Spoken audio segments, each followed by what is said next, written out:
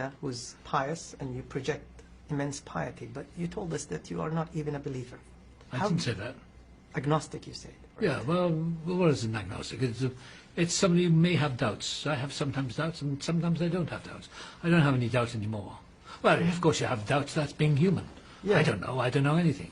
That's the greatest spiritual ethic of all, to know nothing. But do you think he had doubts? Of course he did. Any intelligent human being will have doubts. In doubt lives piety. In doubt lives humility.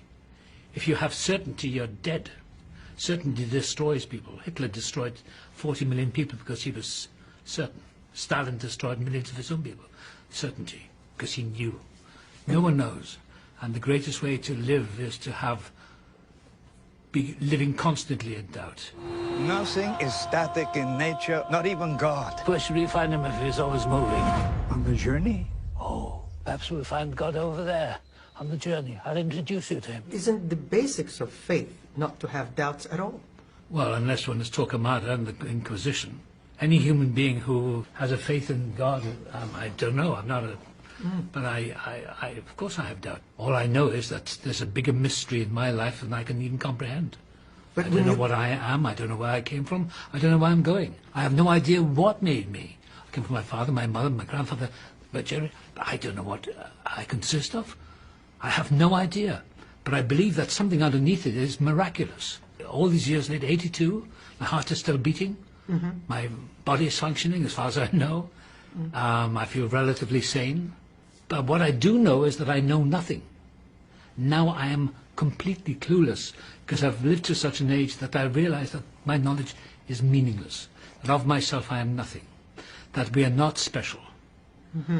Once you begin to believe in, terminal uniqueness, absolute specialness, then your life is not worth living. Because we are not special. We're just ashes at the end.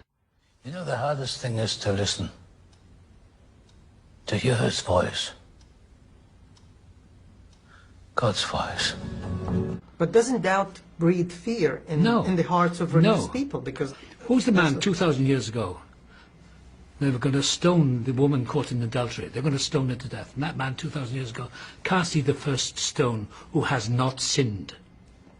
He had no respect for the churchgoers, the humble, and he liked the sinners. He liked the drunks and the prostitutes. He would hang around with those because he knew that they were vulnerable human beings. And he would come along as a light, so give you a light, not judgment. That's what it's about. We live in such a world of such evil, of such ignorant, bubble-thinking, political correctness. We all have to have an opinion about something. Well, when people say, what do you think? I say, I don't know, I'm clueless, I'm just an actor. What do I know? Okay, so let's talk about then morality. The Pope is the authority on morality. Yeah. He's the moral authority. You played characters who have no morals at all. Hannibal Lecter. When you approach these characters, does it make any difference whether it's that guy, the authority, and the other he doesn't care at all? I'm an actor and I know how to play them. I don't explain, I don't analyse everything I do. I don't analyse how I get up in the morning. I don't analyse how to scrub my teeth. I don't analyse anything. Who am I to analyse anything? I'm nothing. But what traits do you look in a character in order to inhabit? Well, it's in the script. It's easy. It doesn't take a genius. For me to play Ratzinger was easy. I know parts of that personality because I'm like that myself. I like solitude. I like quiet. Don't like fuss. And that's the closest I got.